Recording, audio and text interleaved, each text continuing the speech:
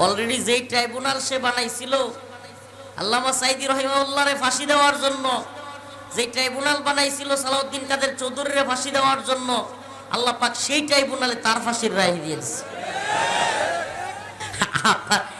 আপা আপা খাইছেন, আপা বইছেন, আপা শুইছেন, আপা আপারে আল্লাহ তাআলা ধরছে। সুবহানাল্লাহ।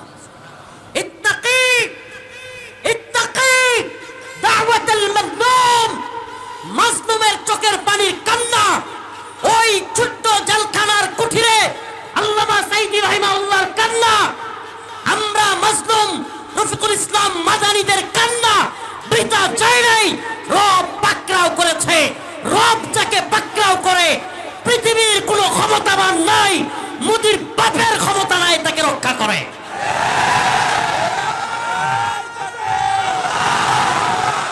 শেখ হাসিনার মতো 17 বছর পুরা এশিয়া মহাদেশের মধ্যে দাম্ভিক প্রভাবশালী একজন প্রধানমন্ত্রীর বাসভবন গণভবন ঘেরাও করবে ছোট ছোট ছাত্ররা, কেউ কল্পনা করছিলেন কোনোদিন? আওয়ামী লীগের লোকেরা কোনোদিন করছে কল্পনা? এইভাবে গণভবন ঘেরাও করার পর হেলিকপ্টারে করে যে আপা বলছিল আমি অমুকের বেটি, আমি পালাই না, সে পালায়া যাবে, এটা কেউ কল্পনা করছিলেন? তারপরে সেই যে কোর্ট সে করছিল আল্লামা সাঈদী রাহিমাহুল্লাহর বিচার দেওয়ার জন্য, সেই কোর্টের মধ্যে আল্লাহ তাআলা তারই ফাঁসির রায় দিবে, এটা কেউ কল্পনা করছে? সুবহানাল্লাহ, সুবহানাকা ইয়া রাব, উহিব্বুকা ইয়া রাব। আয় আল্লাহ, সুবহানাল্লাহ, সুবহানাল্লাহ। সব কিছু তিনি দেখাচ্ছেন, সব কিছু দেখাচ্ছেন, জালিমদের পরিণতি তিনি দেখাচ্ছেন। আল্লামা সাঈদী রাহিমাহুল্লাহ বলে গিয়েছিলেন, সালাউদ্দিন কাদের শাকা চৌধুরী বলে গিয়েছিলেন, অসংখ্য মাজলুমরা বলে গিয়েছিল। হাদিসের মধ্যে আসছে ইত্তাকি দাওয়াতাল মাজলুম ফাইন্নাহা লাইসা বাইনাহা ওয়া বাইনাল্লাহি হিজাব। আল্লাহ রাসূল বলেন যে ইত্তাকি দাওয়াতাল মাজলুম, মাজলুমের কান্নার ভয় করো। ও মিয়া, জালেমের তরবারির ভয় করতে আল্লাহ বলে নাই, জালেমের ফাঁসির রায়, রিমান্ড, নির্যাতন, জেলখানার ভয় পাইতে বলে নাই। সুবহানাল্লাহ। আমার রব বলেছেন ইত্তাকি দাওয়াতুল মাজলুম, মাজলুমের কান্নার চোখের পানির ভয় করো। কেন? ফাইন্নাহা লাইসা বাইনাহা ওয়া বাইনাল্লাহি হিজাব। আল্লাহ পাক বলেন যে আমার মধ্যে এবং মাজলুমের মধ্যে কোনো পর্দা নাই, মাজলুম যা বলে আমি তাই শুনি। আমরা ছিলাম মাজলুম ওই ছোট্ট কুটির, ছোট্ট ঘরগুলোতে। মনে পড়ে যায় সেই দিনগুলোর কথা, মনে পড়ে যায় জনাব আব্দুল কাদের মোল্লা, যিনি ফাঁসির রায় দিয়ে যাকে শেখ হাসিনা শেষ করে দিয়েছিল, উনি যেই রুমে ছিলেন, আমি আজকে আপনাদেরকে ফার্স্ট টাইম এই কথাটা কোনো প্রোগ্রামে বললাম, উনি যেই রুমে ছিলেন কাশিমপুর কারাগারে, আমি সেই রুমেই ছিলাম দীর্ঘ প্রায় 32 মাস, ওই বিল্ডিংয়ে ছিলাম। এরকম অসংখ্য মানুষকে ওখানে রাখা হয়েছিল, ওনার সাথে আমার দেখা হয় নাই, আবার ভুল বুঝিয়েন না, এই রুমটাতে ছিল উনি। পরবর্তীতে ওনাকে ফাঁসি দেওয়া হয়েছে। আরো অনেক মাজলুম, আল্লামা জুনায়েদ বাবুনগরী রাহিমাহুল্লাহর উপর জুলুম করা হয়েছে। শেখুল হাদিসের সন্তান আল্লামা মামুনুল হক দামাত বারকাতুহুমের সাথে জুলুম করা হয়েছে। আল্লামা সাঈদী রাহিমাহুল্লাহকে আমার আগে এক ভাই বলতেছিলেন, এটা আমরাও জানি, আল্লামা সাঈদী রাহিমাহুল্লাহকে টার্গেট কিলিং ভারতের কথায়, আমরা এটাই জানি যে ভারতের রয়ের কথায় শেখ হাসিনার সরকার আল্লামা সাঈদী রাহিমাহুল্লাহকে কারাগারে শেষ করে দিয়েছে। আজকে পরিণতি কি? তার কোর্টে আল্লাহ তাআলা তাকেই ফাঁসির ব্যবস্থা করেছেন। এবং বিশ্বাস করেন, আজকে ফেসবুকে পোস্ট করছি এই বিষয় নিয়ে, এত অনেকজনে বলতেছে হুজুর এত লাফায়েন না, আপা হাসবে, বাংলাদেশ হাসবে। আবার বলতেছে যে সেনা প্রধান যদি বেঈমানি না করতো আজকে আপনারা এই লাফালাফি করতে পারতেন না, আমার বলতেছে। তখন আমি লিখছি যে শুনেন, সেনা প্রধান বেঈমানি করছে, আপার ফাঁসির রায় হয়েছে, আপা পালাইছে, একদিন দেখবেন আপার প্রেমিক মুদিও বেঈমানি করে বসছে, আম করে দিয়ে দিছে।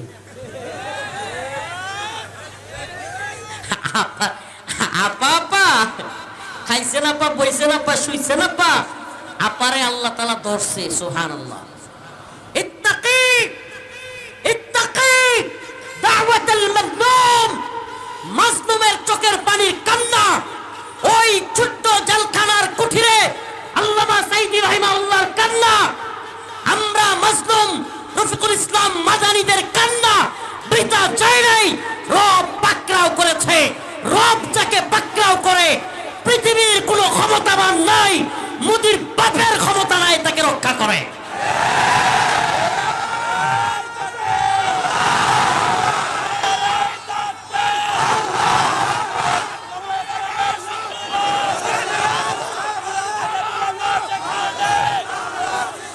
আল্লাহ বলেছেন ইত্তাকি, রাসূল বলেছেন ইত্তাকি, ভয় করো, ইত্তাকি, ভয় করো দাওয়াতুল মাজলুম। সকলের জন্য একটা মেসেজ, মেসেজ। জালেমদের সেই হুৎকার, জালেমদের সেই হুঙ্কার, জালেমদের সেই ঝংকারের ভয় আমরা পাই না। আল্লাহ বলেছেন মাজলুমদের চোখের পানি।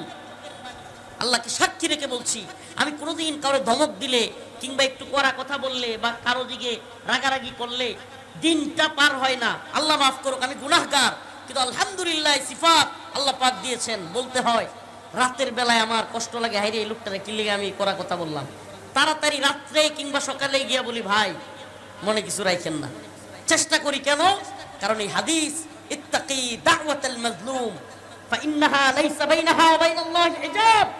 মাজলুমের কোন ব্যক্তির সাথে যদি আল্লাহ না করুক কেউ জুলুম করে আর তার চোখের পানিগুলো যদি নির্জনে ছেড়ে দেয়, আমার মায়ের বছরের পর বছর কান্না, শাকা চৌধুরীর পরিবারের বছরের পর বছর কান্না, সাঈদী রাহিমাহুল্লাহর পরিবারের বছরের পর বছর কান্না, শেখুল হাদিস আল্লামা মামুনুল হক দামাত বারকাতুহুমের পরিবারের বছরের পর বছর কান্না, আল্লামা সাঈদী রাহিমাহুল্লাহর পরিবারের অসংখ্য দিনের কান্না। ওই ছোট্ট কুঠিরগুলোতে আমরা যখন বছরের পর বছর থাকতাম, ঘুম থেকে উঠতাম ওই 14 শিক লোহার দেখতাম, আবার ঘুমাইতাম ওই শিক দেখতাম। ছোট্ট কুঠিরগুলো কবরের মতো সেলগুলোতে আমাদেরকে কষ্টের সাথে রাখা হইতো। ওখানে কেউ ছিল না, আমাদের কেউ ছিল না, একমাত্র ছিলেন আল্লাহ। আমাদের তো কেউ নাই, কথা বলবার মতো কেউ নাই, থাকার মতো কেউ নাই, সাথে কেউ নাই। সুবহানাল্লাহ, চিন্তা করতে পারেন এই মুহূর্তটা বান্দার একমাত্র কার সাথে খেলা হয়, একমাত্র ভালোবাসাটা কার সাথে তৈরি হয়? সুবহানাল্লাহ। জুলুমের দিনগুলো প্রত্যাশা করা ঠিক না, আল্লাহ মাফ করুক, আস্তাগফিরুল্লাহ। আল্লাহ এই জুলুমের মধ্যে আর না ফেলুক, আল্লাহর কাছে দোয়া করি। কিন্তু একটা কথা বলতেই হয়, জীবনে সবচাইতে বেশি রবের সাথে কথা বলা হয়েছে, রবের সাথে একান্তে দোয়া করা হয়েছে কারাগারের দিনগুলোতে। এই দোয়া এখন আর করা সম্ভব না, অসম্ভব। এই দোয়া চাইলেও করতে পারবো না। ওই দিনগুলোতে একা নির্জন, কেউ নেই, কেউ নেই। রাত 2টা 3টা হঠাৎ ঘুম ভেঙে গেছে, পেরেশানি, মায়ের কথা মনে হইতেছে, ভাইয়ের কথা মনে হচ্ছে, অনেকের কথা স্মরণ হচ্ছে, কাছের কত মানুষের কথা, কত আনন্দ, কত স্মৃতির কথা মনে পড়তেছে। সেই গভীর রাতে একা একা হুট করে, আপনি কল্পনা করতে পারেন একটা লোক তার শেয়ার করার মতো কেউ নাই, এমন মুহূর্তে ঘুম ভেঙে গেছে। কার সাথে শেয়ার করব? একজনের সাথেই শেয়ার করতাম, তিনি ছিলেন আল্লাহ।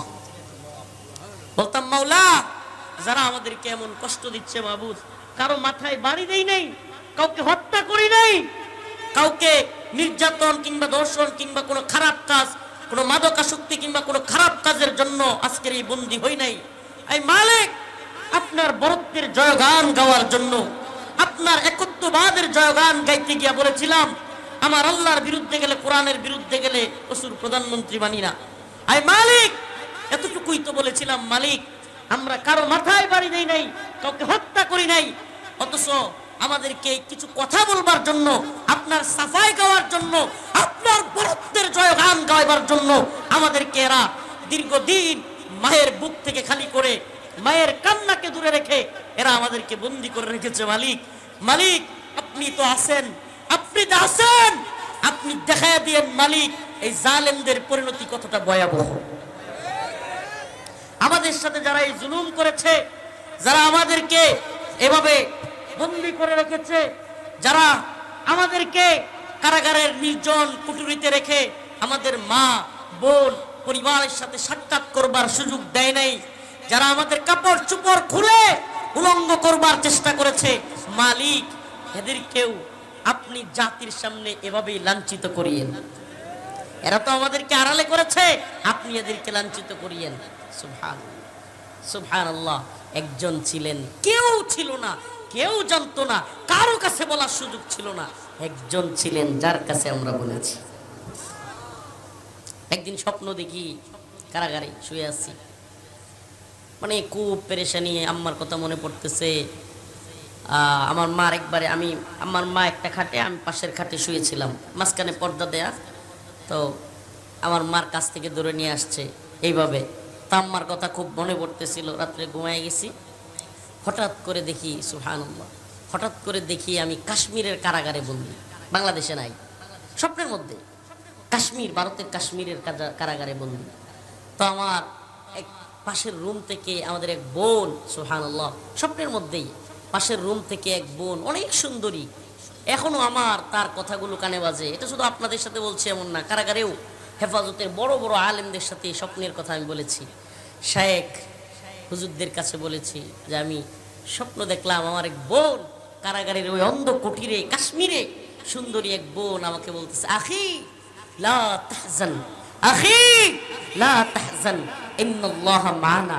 হে আমার ভাই, পেরেশানি করিও না, চিন্তা করিও না, আল্লাহ আমাদের সাথে আছে।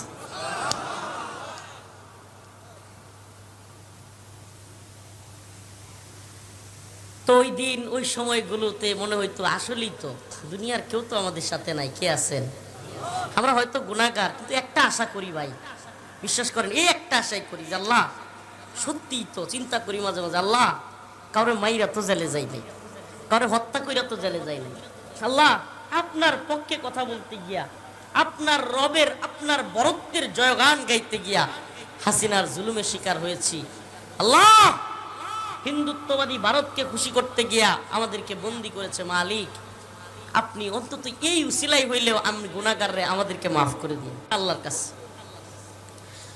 তো যে আয়াত কারীমা তিলাওয়াত করেছি, ইয়া আইয়ুহান নাস দরিবা মাসালুন ফাসতামিউ লা, আল্লাহ বলেন হে মানুষ মনোযোগ দিয়া শোনো, মনোযোগ সহকারে শ্রবণ করো। ইন্নাল্লাযীনা ইয়া আইয়ুহান নাস দরিবা মাসালুন ফাসতামিউ লা ইন্নাল্লাযীনা তাদউনা মিন দুনিল্লাহ লা ইয়াখলুকু যুবাবা, তোমরা যাকে ডাকো, দরগায় গিয়া পীরের কাছে চাও, দুর্গার কাছে চাও, কিংবা কোনো বাবার কাছে, শায়েখের কাছে, ইন্নাল্লাযীনা তাদউনা মিন দুনিল্লাহ, তোমরা যার কাছেই চাও, লা ইয়াখলুকু যুবাবা, আল্লাহ বলেন তোমাদের চাউনে ওয়ালারা একটা মশা, এই যে মশা মাছি ঘুরতেছে, একটা মশা মাছি বানানোর ক্ষমতাও এদের নাই।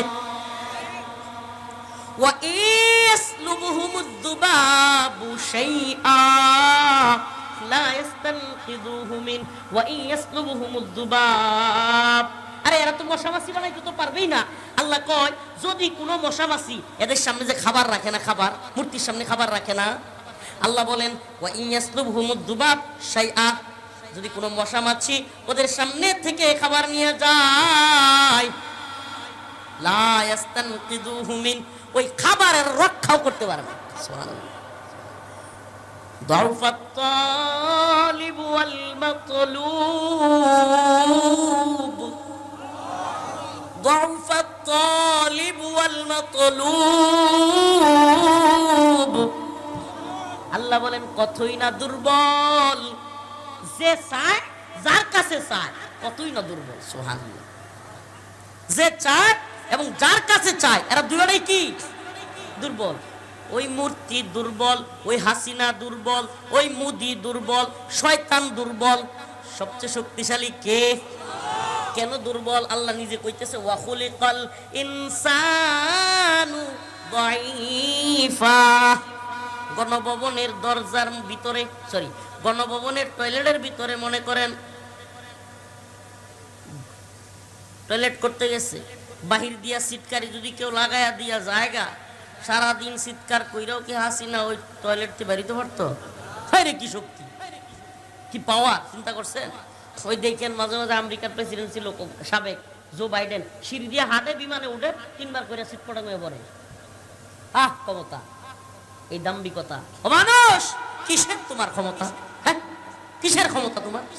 তোমাকে আল্লাহ পাক এমন একটা পানি থেকে সৃষ্টি করছে যেই পানি তুমি নিজেই নাপাক মনে করো, তুমি লাগলে শরীরের মধ্যে বের হওয়ার পরে গোসল করতে হয়, যেই পানি লাগলে পরে তুমি নিজেই কেমন জানি ছেদ করো। আবার তুমি যখন মারা যাও, একদিন তোমার স্ত্রী, তোমার সন্তান, তোমার আপনজন, তোমার ভাই কেউ তোমাকে একদিনের উপরে জমিনে রাখতে চায় না। রাখবে কিভাবে? তোমার শরীর থেকে পচা দুর্গন্ধ শুরু হয়ে যাবে। কিসের তুমি অহংকার করো? কিসের অহংকার তোমার? বলেন না হে মানুষ, কিসের অহংকার? একবার চিন্তা করো, আমাদেরকে রবের কাছে ফিরে যেতে হবে। কার কাছে? ফাফিরু ফাফিরু ইলাল্লাহ।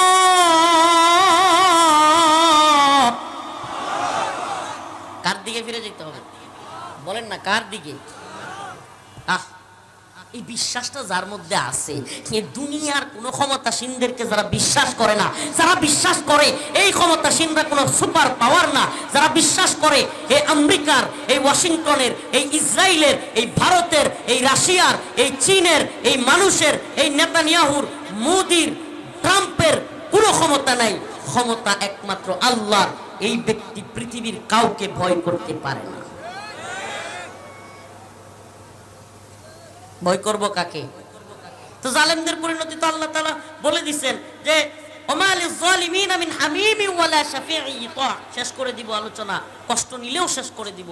আমার দীর্ঘ সময় বাবা এই পাডানা চিলিক পারে, এরপরে মাতার এই সাইডেও আমি আসলে ওই যে বলেই ফেলি, এই যে এতক্ষণ কথা বলে ফেলছি সিরিয়াসলি বলি, এই যে একটা আবেগ, অন্তর থেকে একটা জোশ। সুবহানাল্লাহ সুবহানাল্লাহ। এই ছোট্ট জীবনে এইভাবে হাসিনার পালায়া যাওয়ার হেলিকপ্টারের ভিডিও দেখতে পারবো, এরপরে আবার এই কি বলে এই ফাঁসির রায় দেখতে পারবো। সুবহানাল্লাহ। এই আয়াত তো বলতেছে কি জানেন? এই যে শেষে যে আয়াতটা বললাম, এই আয়াত তো বলতেছে মোদি হাসিনার লগে বেঈমানি কইরা মোদি বাংলাদেশে হাসিনারে তুইলেও দিবে।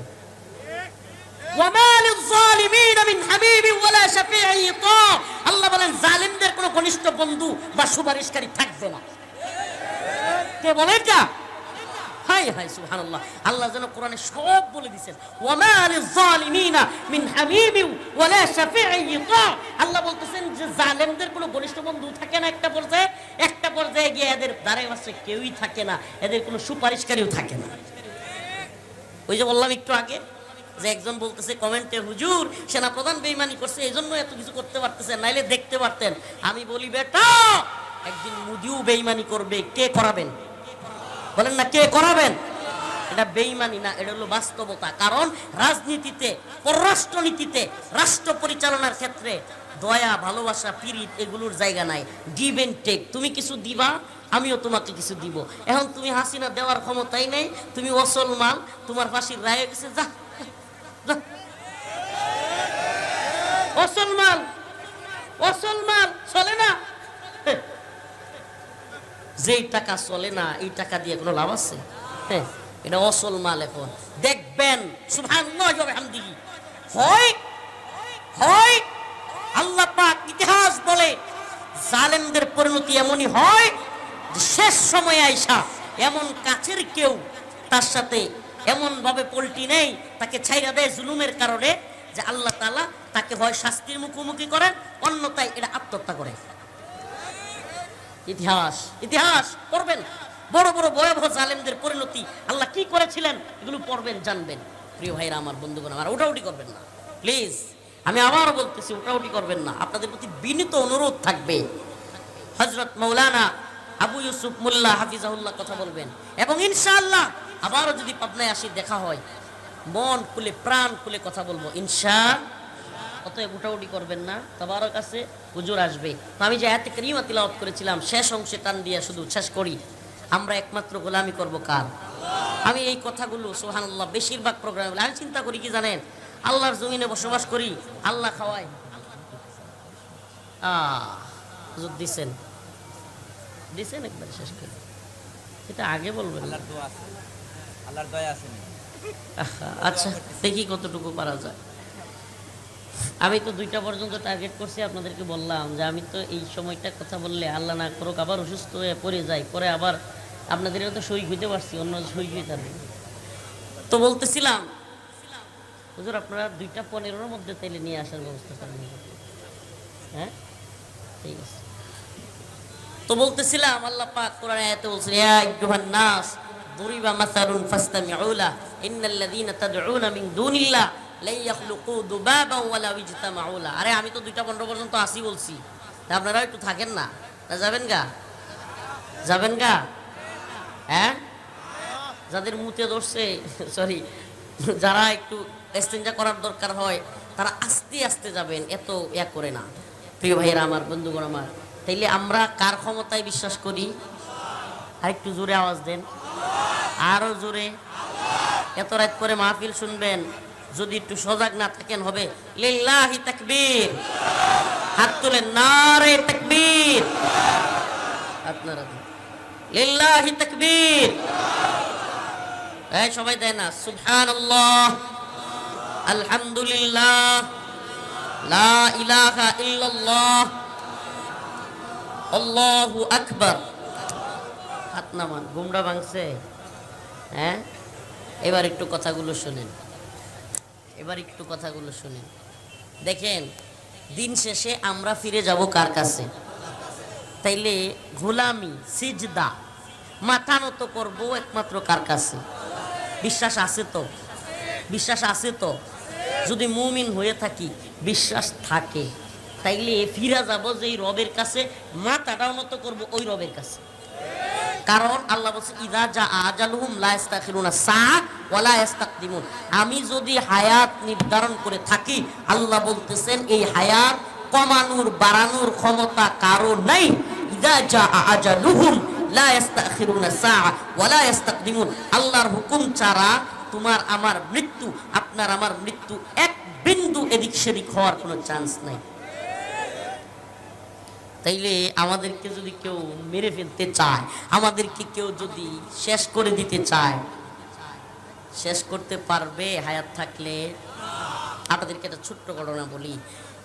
আফগানিস্তানের স্বরাষ্ট্রমন্ত্রী আল্লামা সিরাজউদ্দিন হক্কানি দামাত বারকাতুহু, আল্লামা জালালউদ্দিন হক্কানি রহমাতুল্লাহি আলাইহির সন্তান, আফগানের বর্তমান তালেবানের স্বরাষ্ট্রমন্ত্রী। কি মন্ত্রী? এই লোকটার কল্লার দাম, কিসের দাম? কল্লার দাম নির্ধারণ করেছিল আমেরিকা, নেটো। 48টা, একটা দুইটা না, 48টা, 48টা রাষ্ট্র মিলে সামরিক বাহিনী গঠন করেছিল, যার নাম হলো নেটো। কি নাম? ওই নেটো জোট মিলে আল্লামা সিরাজউদ্দিন হক্কানি দামাত বারকাতুহু বর্তমান আফগানের তালেবানের স্বরাষ্ট্রমন্ত্রী, ওনার কল্লার দাম, মানে ওনারে কেউ যদি হত্যা করতে পারে, ওনারে কেউ যদি মারতে পারে, ওনারে কেউ যদি ওনার কল্লায় না দিতে পারে, তাইলে তারে আমেরিকা $50 লক্ষ, $5 মিলিয়ন। কল্পনা করতে পারে? মোবাইল দিয়ে হিসাব করলে, ক্যালকুলেটর হিসাব করলে, ক্যালকুলেটর হিসাবও ধরবো না।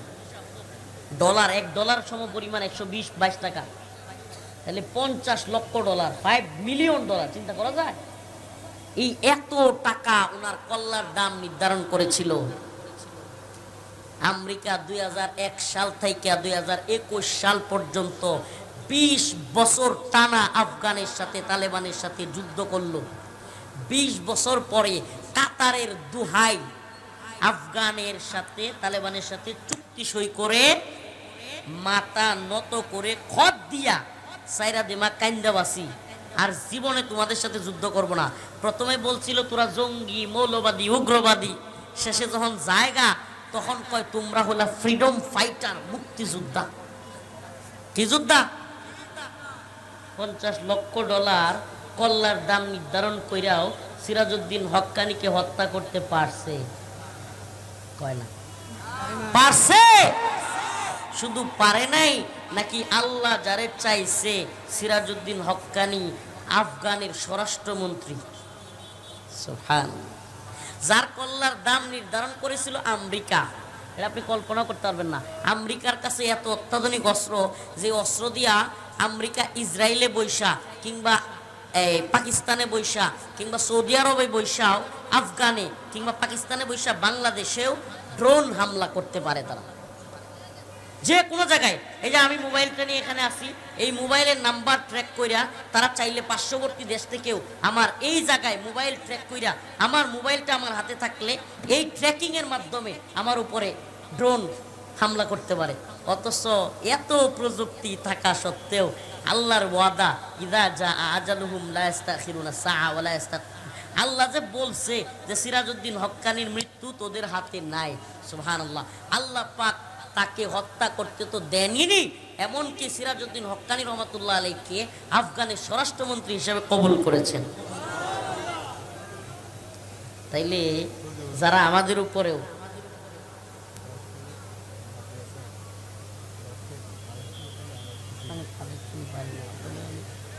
কথা বলতে পারবো শেষে, আল্লাহ পাক চাইছেন, পারে নাই। তাইলে এখনো যারা বাংলাদেশে আস্তে আস্তে বলতেছি যারা জুলুম করেছিল, তারা যারা চাইছিল আলেমদেরকে শেষ করে দিতে, আচ্ছা বলেন তো আলেমদেরকে শেষ করতে পারছে? ইসলামিক দলগুলোকে শেষ করতে পারছে? ইসলামপন্থীদেরকে এদেশ থেকে ভারতের বুদ্ধি নিয়ে নিঃশেষ করতে চাইছিল, পারছে? সুবহানাল্লাহ। ওয়ামাকারু ওয়ামাকারাল্লাহ ওয়াল্লাহু খায়রুল মাকিরিন। ষড়যন্ত্রকারীরা ষড়যন্ত্র করে, কূট কৌশল করে, কিন্তু আল্লাহ বলেন ওয়াল্লাহু খায়রুল মাকিরিন, যে আমি আল্লাহ উত্তম পরিকল্পনাকারী। সুবহানাল্লাহ। প্রোগ্রাম তো সেট করা, প্রোগ্রাম কি সেট করা, আল্লাহ সেট করে দিছে, চাইলেও কেউ পরিবর্তন করতে পারবে?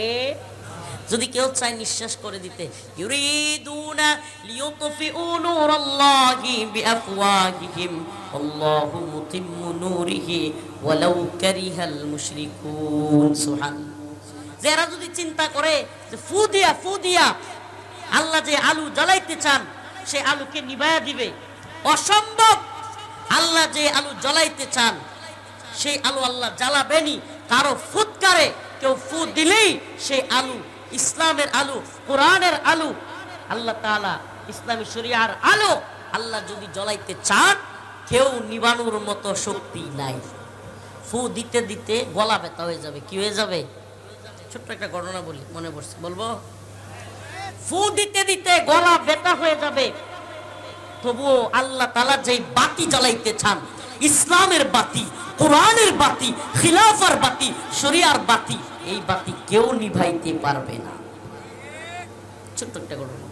গ্রামের এক লোক মেয়ে বিয়ে দিছে শহর এলাকায়। কোথায়? গ্রামের লোক শহর এলাকায় মেয়ে বিয়ে দিচ্ছে। আজকে থেকে অনেক আগের কথা, দীর্ঘদিন আগের কথা। তখন এই যে লাইট জ্বলতেছে, এই লাইট তখন অ্যাভেলেবেল না, মানে নর্মালি সব জায়গায় এই লাইটিং ব্যবস্থা নাই। বিদ্যুৎই তো মুরব্বীরা বলতে পারবেন, আগে সব গ্রামে বিদ্যুৎ ছিল না, কুফি বাতি দিয়া চলতো। কি বাতি? আমরাই দেখছি, আজকে থেকে 10 বছর আগে আমরাই দেখছি ছোটবেলায় যে কুফি বাতি দিয়া চলতো। আমাদের গ্রামে কারেন্ট ছিল না, কুফি বাতি, ওই যেটা জ্বালাইলে তেল ভরা লাগতো, সলতে থাকতো। তো ওই চাচা মেয়ে বিয়ে দিছে শহর এলাকায়, তো চাচা যায় না, খুব কম। তো হঠাৎ করে গেছে, চাচারে জামাই বেড়া এক রুমে থাকতে দিছে, শুইতে দিছে। এখন জামাই বলছে, আব্বা বাতিটা বন্ধ করে শুয়ে যান, কিছু লাগলে আমার বললেন, আমাদেরকে ডাক দিয়েন। বেচারা দরজা বন্ধ করে শুইছে, বাতি বন্ধ করবে, এখন বেচারা ওই যে লাইটের কাছে গিয়া ফু দিতেছে। ওই যে কুফি বাতি গ্রামে ফু দিয়া নিবা, এখন কারেন্টের বাতির নিচে গিয়াও কি করতেছে? ফু দিতেছে। ভাবছে যে এটা ফু দিলেই বন্ধ হবে। সুবহানাল্লাহ। তো এখন দীর্ঘ সময় এরকম করতেছে। জামাই লাইট জ্বালাই থাকলে কিন্তু বাহির থেকেও বোঝা যায় যে লাইটটা জ্বলতেছে। জামাই চিন্তা করলো, কিরে শ্বশুরে এখনো ঘুমায় নাই, বাতি জ্বলে কেন? এখন জানলার ফাঁক দিয়ে গিয়া দেখে যে শ্বশুরে, গ্রামের মানুষ, ওই কুফি বাতির মতো ফু দিতেছে।